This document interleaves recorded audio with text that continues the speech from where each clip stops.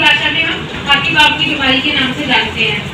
अभी आपको दो पेशेंट एग्जाम्पल के तौर पे भी दिखाई जाएंगे कि फाइलेरिया की प्रेजेंटेशन कैसी हो सकती है, कितनी भयानक कंडीशन तक ये एक्सटेंड कर सकती है बीमारी। नॉर्मली ये किसके काटने से होता है? सर ने भी बताया था Culex mosquito. Culex mosquito vector का काम करती है। क्यूलेक्स मॉस्किटो के काटने से बीमारी नहीं होती, ये क्लियर कर लीजिए। क्यूलेक्स मॉस्किटो एक वाहक है। अगर क्यूलेक्स मॉस्किटो किसी इन्फेक्टेड पेशेंट को काट के किसी स्वस्थ व्यक्ति को काटेगी, बार बार काटेगी, 1000 से लेके लैक्स ऑफ बाइट्स रिक्वायर्ड होती हैं, मतलब 1000, 1500, 1200 बहुत बार काट लिया पेशेंट को, किसी स्वस्थ व्यक्ति को, तब ये बीमारी उसके शरीर में पनपनी शुरू होती है। तो इसमें जो क्यूलेक्स मॉस्किटो है वो वेक्टर है, और जो बीमारी कर रहा है परजीवी जो है वो है बाउचेरिया बैंकॉक। हमारे हिंदुस्तान में बाउचेरिया बैंकॉक की वजह से ही ये बीमारी पनपती है। इसका जो इंक्यूबेशन पीरियड है, मतलब शरीर में हमारे परजीवी गया तब से लेके सिम्टम दिखने तक का समय बहुत लंबा है। तो पेशेंट जो होता है जिसके शरीर में एक बार फाइलेरिया पनप गया, वो बहुत टाइम तक एसिम्प्टोमेटिक रहता है, कोई लक्षण नहीं दिखता उसके शरीर में। वो इंक्यूबेशन पीरियड इसका 5 से 15 साल तक का होता है। मतलब अगर किसी को जवानी में काटा, बचपन में काटा, तो हो सकता है उसकी जवानी में आके सिम्टम दिखने शुरू हो। सुबह को सूखी खांसी, साथ साथ छोटे मोटे सिम्टम्स आते हैं जैसे बुखार, पेट दर्द, मांसपेशियों में दर्द, उल्टी होना, त्वचा का लाल होना, बदन में खुजली होना, और मेल टेस्टिस के अराउंड मतलब खुजली होती है या फिर स्वेलिंग आने के चांसेस होते हैं। ये बेसिक कॉमन सिम्टम्स आते हैं स्टार्टिंग में, जिनको पेशेंट नॉर्मली नजरअंदाज कर देते हैं। इंक्यूबेशन पीरियड 5 से 15 साल का होता है, और over the period of time ये बहुत स्लोली ग्रो करती चलती है, और जब तक हमें सिम्टम्स आते हैं तब तक ये इनक्योरेबल बीमारी बन जाती है। इसका ये हमारे यूपी का प्रेजेंटेशन है। यूपी में हमारा वेस्टर्न पार्ट जो यूपी का है वो अनअफेक्टेड है, वहाँ से ये बीमारी एलिमिनेट हो चुकी है। 75 जिलों में से 51 जिलों में आज भी ये बीमारी परसिस्ट कर रही है, अभी भी है।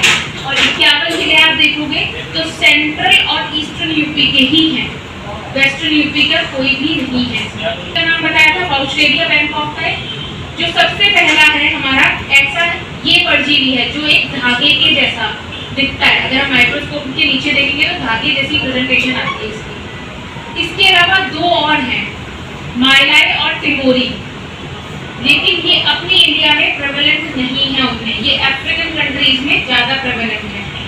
एक और चीज़ मैं बताऊंगी, अभी सर ने मॉडल सर ने बताया था हमारे जिले में 470 के अराउंड लिम्फेडिमा मतलब हाथी पाँव के मरीज मिले थे, और 133 हमारे हाइड्रोसील के मरीज थे। बाउचेरिया बैंकॉक की टेंडेंसी है कि वो हाइड्रोसील ज्यादा करता है और लिम्फेडिमा कम करता है। अगर हम ये बोल रहे हैं लिम्फेडिमा के हमारे यहाँ पे 400-450 पेशेंट है, इसका मतलब हाइड्रोसील के पेशेंट हम आइडेंटिफाई ही नहीं कर पा रहे हैं। हाइड्रोसील के पेशेंट अगर हम ढूंढेंगे तो 800-900 तक मिलेंगे। तो अगर फाइलेरिया हमारा बाउचेरिया बैंकॉक की वजह से है तो हमें हाइड्रोसील के पेशेंट ज़्यादा से ज़्यादा ढूंढना है और उनका इलाज कराना है। क्यूलेक्स मॉस्किटो नॉर्मल जो रात को एक्टिव होता है, ज़्यादातर गंदे पानी में पनपता है, और इसके काटने की वजह से ये बीमारी पनपती है। इसकी लाइफ साइकिल के बारे में मैंने ज़्यादा डिटेल में नहीं बताऊंगी क्योंकि मीडिया वाले हैं। सिर्फ इतना सा दो लाइफ साइकिल, दो काउंटर पार्ट पे चलती है। आधी लाइफ साइकिल मच्छर में चलती है, आधी लाइफ साइकिल इसकी ह्यूमंस में चलती है। मच्छर से ह्यूमंस में जाने वाली जो स्टेज होती है वो L3 लार्वा होती है। L3 लार्वा उसके मच्छर के डंग से प्रोबोसिस के थ्रू ह्यूमन ब्लड में चला जाता है, वहाँ पे मेल फीमेल काउंटर पार्ट बनते हैं, रिप्रोडक्शन चलता है, और ये इकट्ठा हमारे लिम्फेटिक चैनल्स में मतलब लसिका तंत्र में इकट्ठा होने लग जाता है। क्या होती हैं?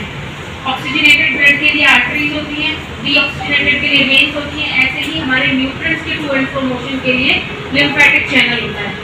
लिम्फेटिक चैनल में ही जाके ये इकट्ठा होता है, और जो ये आपको एक बड़ा सा सर्कल बने में मैश लाइक स्ट्रक्चर दिख रहा है, जाली जैसे छत्ते जैसे बना देता है। जैसे एक छत्ता होता है, और ऐसे छत्ता बनाने की वजह से टू एंड फ्रो मोशन जो होता है हमारा लिम्फ का वो बंद हो जाता है और डायलेशन हो जाती है, लिम्फेटिक चैनल्स बड़े हो जाते हैं। पैर में आपको किसी की वजह से स्वेलिंग आती है। इसके साथ साथ सर ने एक बताया था साइन एंड सिम्टम है कि जो पेशेंट फाइलेरिया से अफेक्टेड होता है उसको व्हाइट कलर का यूरिन आता है, प्रोटीन डिस्चार्ज होने लग जाता है। नॉर्मली जो जनता है हमारे देश की वो किससे इसको कंपेयर कर लेते हैं, घात रोग से, जो कि एक टोटली गलत है। अगर आपको हो रहा है, हो सकता है घात रोग भी ये ना हो, आपको फाइलेरिया ना हो, लेकिन एक हमें रखना चाहिए कि हाँ हो सकता है उसी इलाके में रहते कहीं हमें फाइलेरिया तो ना हो गया, इसीलिए टेस्टिंग कराना जरूरी है। अगर आपको व्हाइट कलर का यूरिन के साथ साथ डिस्चार्ज होता है, का संक्रमण अक्सर बचपन में ही शुरू हो जाता है। इसी मौके जिनका हमें साइन एंड सिम्टम कोई नहीं दिख रहा है वो ऐसा कैरियर एक्ट करते हैं, वो ज़्यादा खतरनाक है हमारी कम्युनिटी के लिए, क्योंकि उनमें हमें कोई लक्षण नहीं दिख रहे हैं, हमें वो बिल्कुल नॉर्मल दिख रहे हैं। मच्छर उनको काट के आपको काटेगा तो कैरियर का उनके शरीर पे कोई असर नहीं पड़ता, हो सकता है आने वाले टाइम पे आपको भी हो जाए बीमारी, तो वो एज अ कैरियर का काम कर रहे हैं, हमें कैरियर को भी डिस्ट्रॉय करना है। इसीलिए एमडीए का प्रोग्राम सभी जनता के लिए है, सिर्फ फाइलेरिया पॉजिटिव पेशेंट्स के लिए नहीं है।